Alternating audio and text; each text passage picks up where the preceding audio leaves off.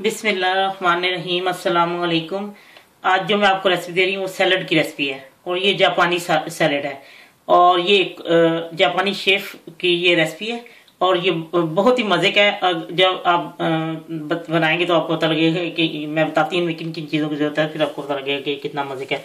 और इसमें मैंने एक बड़े साइज का पोटैटो लिया, इसको मैंने उबाल के और छोटे पीस कर लिए, बॉइल कर लिया और इसको इसके क्यूब्स छोटे काट लिए हैं।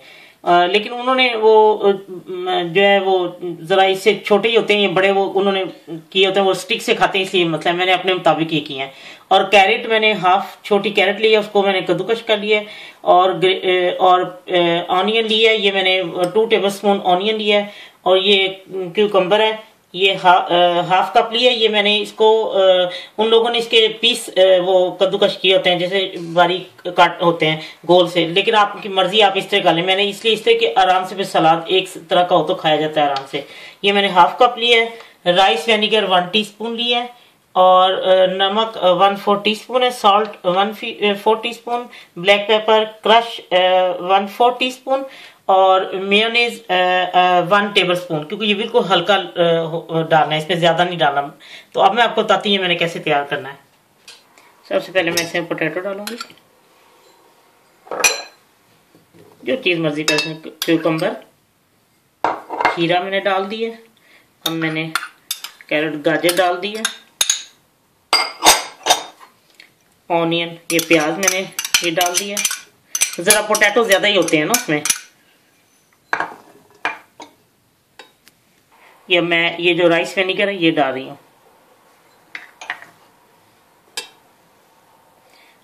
Salt 1/4 teaspoon.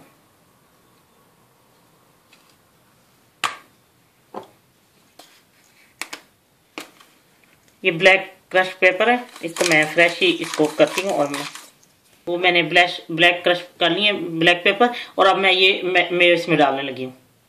मैंने मेयो इसमें डाल लिया और ये अब मैं अच्छे मिक्स करती हूँ। अगर आपने राइस विनेगर जो है आपको ज्यादा अच्छा तो ज्यादा डालें, कोई मसला नहीं है, लेकिन मैंने जरा कम डाला है। आप टेबल स्पून भी डाल सकती हैं। अब मैं देखती हूँ, हो सकता है मैं डाल लूँ तो थोड़ा सा। लीजिए, जापानी सैलड तैयार है।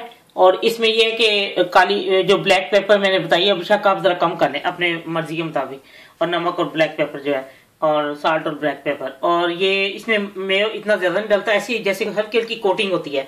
तो राइस विनेगर जो मैंने डाला था वो परफेक्ट है। अगर आप राइस विनेगर नहीं है तो कोई बात नहीं, आप व्हाइट विनेगर डालें 1/2 टीस्पून या 1 टीस्पून, क्योंकि वो ज्यादा तेज होता है इसलिए। तो ये जब आप बनाएंगे तो यकीन आपको बहुत पसंद आएगा। इसका हट के जायका है, बहुत ही मजे का है। तो ये एक कुक शेफ की रेसिपी है जापान के। तो उम्मीद है आप लोगों को बहुत पसंद आएगा, बहुत ही मजे का। मैंने तो जब भी बनाया सबको बहुत पसंद आया है।